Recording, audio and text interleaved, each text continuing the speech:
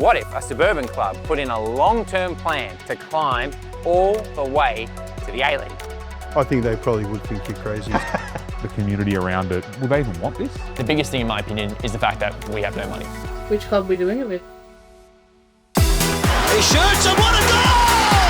Here's Thompson in, chips the keeper, scores the goal! Back to Popovic, and the goal! Lozanowski. Yes! What a tackle! Smith will score the opening goal of the match. The National Soccer League had its flaws, but I think in its rough edges, the fans came out with a sort of authenticity, a rawness, a passion about the club, but also the ethnic community. It really bonded people together. A lot of the A-League clubs have not been able to generate the sort of authenticity and passion that the traditional clubs have and had.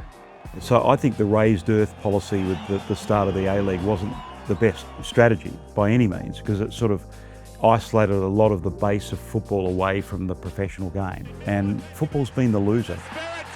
Spirit, passion, call it what you like, but those elements that were and have been missing from the A-League, if that can be connected to the top level of the professional game, football's going to be the beneficiary.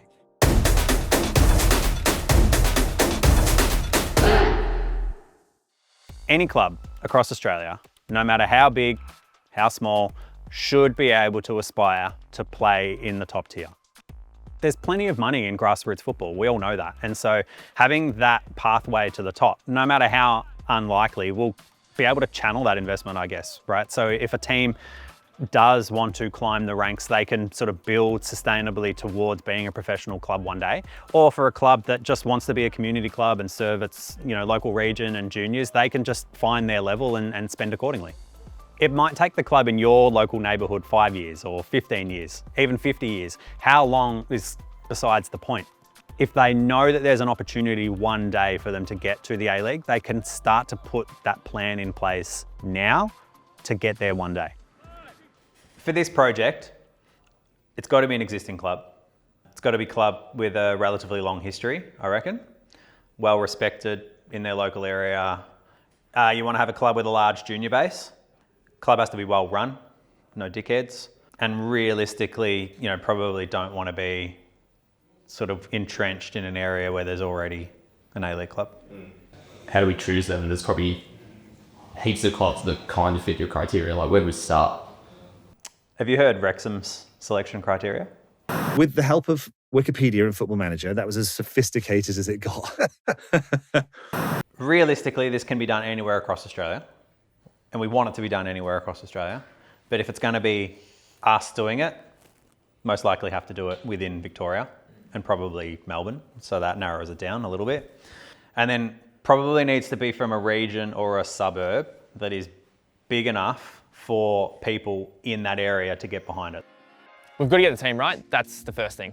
And I know it might sound easy picking a team, but there is hundreds of clubs out there and finding the right one is like finding a needle in a haystack.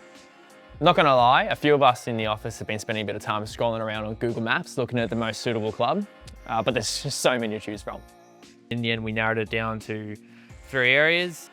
Obviously, we don't know everything about these areas, so we thought it would be a really good idea to go speak to a couple of soccer legends that live in these areas or have played in these areas.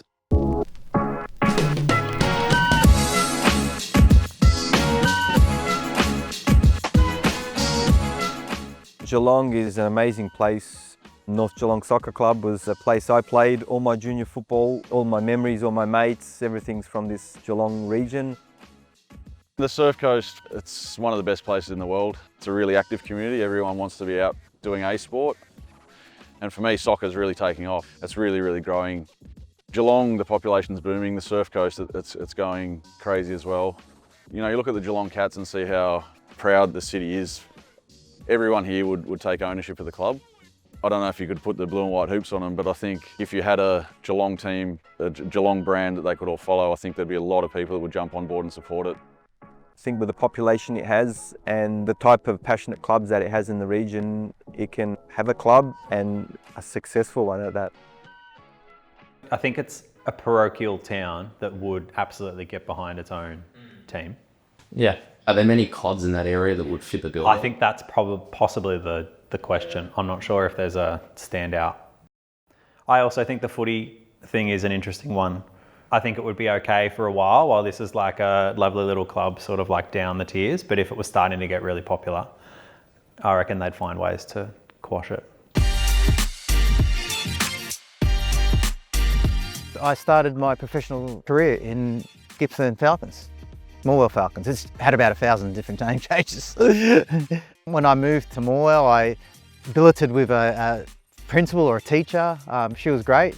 But then I moved out with another young bloke and we moved into like a granny flat at the back of a house. I didn't invite anyone over because the place was shit. And there was a dog that used to shit absolutely everywhere in the background. So at night you'd be sort of jumping and darting, but hey, sometimes it's rags to riches stuff. That's where I lived. I lived in Traralgon, I lived in Morwell. I spent a little bit of time in Maui, so I know the area really well. There was always a strong football community. I think, you know, unfortunately for Morwell or Gippsland or Eastern Pride at the time, the league wasn't in a great place. Maybe there wasn't enough connection to the community, but I could still feel like there was a lot of great support. People down that area really love their football. You know, you look at some of the footage pre my time and, you know, there's some glorious scenes of that grandstand packed out and some really good football players on football sides. If you could find some of that fire that was, you know, initially there might be an opportunity, you know, of a rebirth.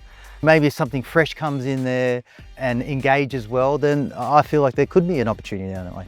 From a nostalgic perspective, you know, I'd love to see it. Because of the 2026 Commonwealth Games, Morwell Falcons Stadium's like getting this kick-ass $30 to $40 million renovation.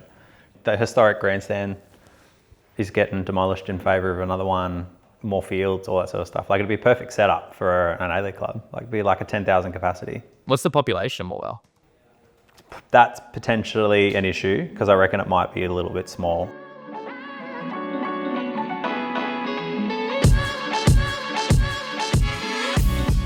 Nearly everyone in my family was born in Frankston, and all my family still live in and around the peninsula in various different places. It'll always be home for me. I guess the person in football I am today was all because of growing up and playing my football in the peninsula. I remember playing for Langwarrin, Mornington, having those rivalries. We were always a hard team to beat and passionate. I guess that's kind of upbringing there, and that's how we played our football. There's a love for football there, for sure. I think having someone local that you can attach yourself to and be proud of is what the peninsula is all about. You know, we love to tell people how beautiful an area it is to live. To have a football team help represent that as well and put it on the map would be pretty cool. All right, what about Mornington? Well liked in the area, long history, big junior base, really good people down there, but I reckon it also can tap more into not just Mornington, the suburb, but Mornington, the peninsula. You get a lot of people in an area. Frankston, you got the whole peninsula area there. Like you'd 100% be able to pull people in.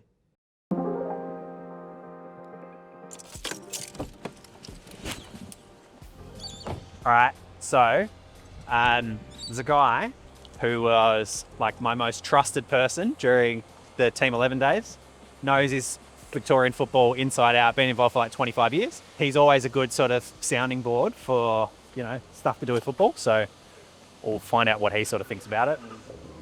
Check the temperature, see if we're absolutely stupid for doing this. With people that I know, which is always really big.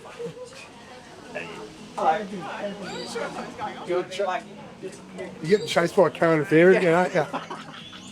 You're getting bloody dressed, stop it. Yeah. What's going to happen?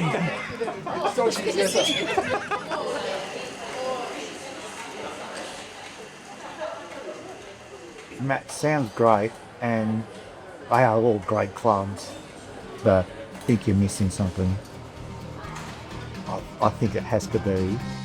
No, it can't. Rightio. I'm actually getting a little bit excited. We've found the clubs for this year.